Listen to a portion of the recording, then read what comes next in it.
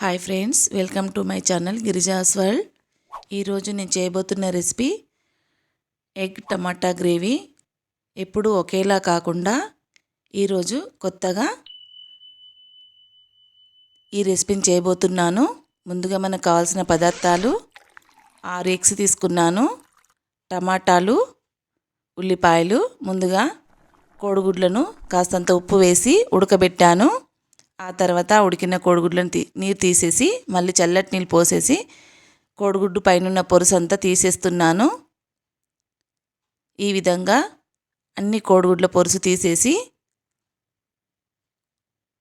కోడిగుడ్లను పక్కన పెట్టాలి. ఆ తర్వాత స్టవ్ వెలిగించి ప్యాన్ పెట్టి అందులో 1 పావు నూనె పోసి అందులో పసుపు,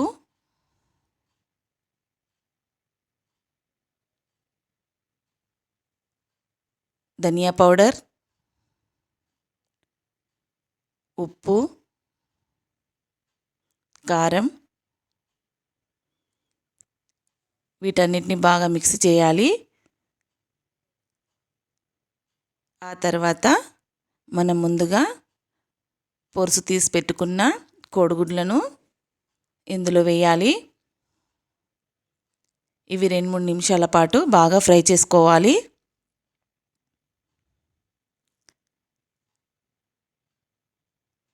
ఈ మసాలా వేసి మనం ఎగ్స్ని ఫ్రై చేస్తే చాలా రుచిగా ఉంటుంది. కొంతమంది పిల్లలు మనం బాయిల్ చేసిస్తే నీచు వాసన వస్తుందని తినరు. కాబట్టి ఈ విధంగా మనం ఫ్రై చేస్తే ఆ వాసన అనేది రాకుండా ఉంటుంది.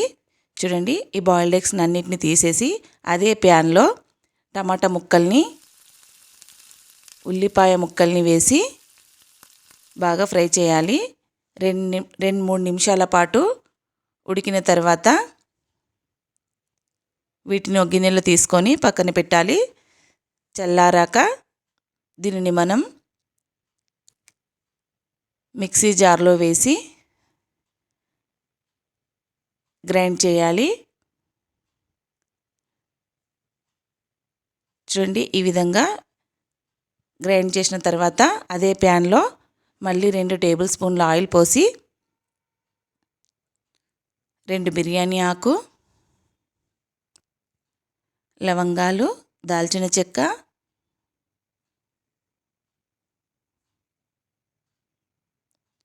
కొద్దిగా ధనియా పౌడర్, జీలకర్ర,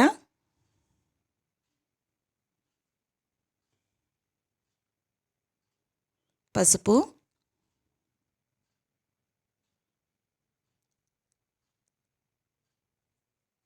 ఎండుమిర్చి ఇవి బాగా వేగాక మనం ముందుగా మిక్సీ పట్టుకున్న టమాటా ఉల్లిపాయ పేస్ట్ని అందులో వేయాలి. దీన్ని బాగా ఫ్రై చేయాలి.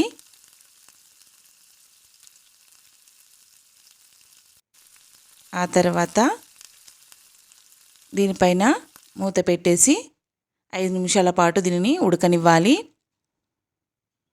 చూడండి, నూనె పైకి వచ్చింది కదా. ఈ విధంగా ఉడికిన తర్వాత మనం కొద్దిగా వాటర్ పోసుకోవాలి. గ్రేవీకి సరిపడా పోసుకోవాలి వాటర్.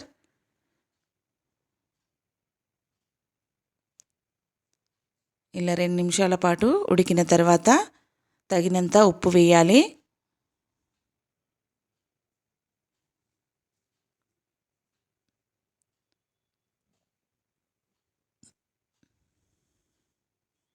చూడండి, ఇలా బబుల్స్ వస్తున్నాయి కదా. కొద్దిగా గరం మసాలా వేసుకోవాలి.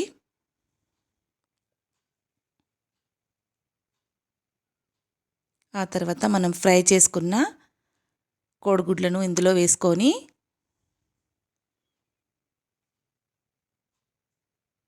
బాగా కలుపుకోవాలి.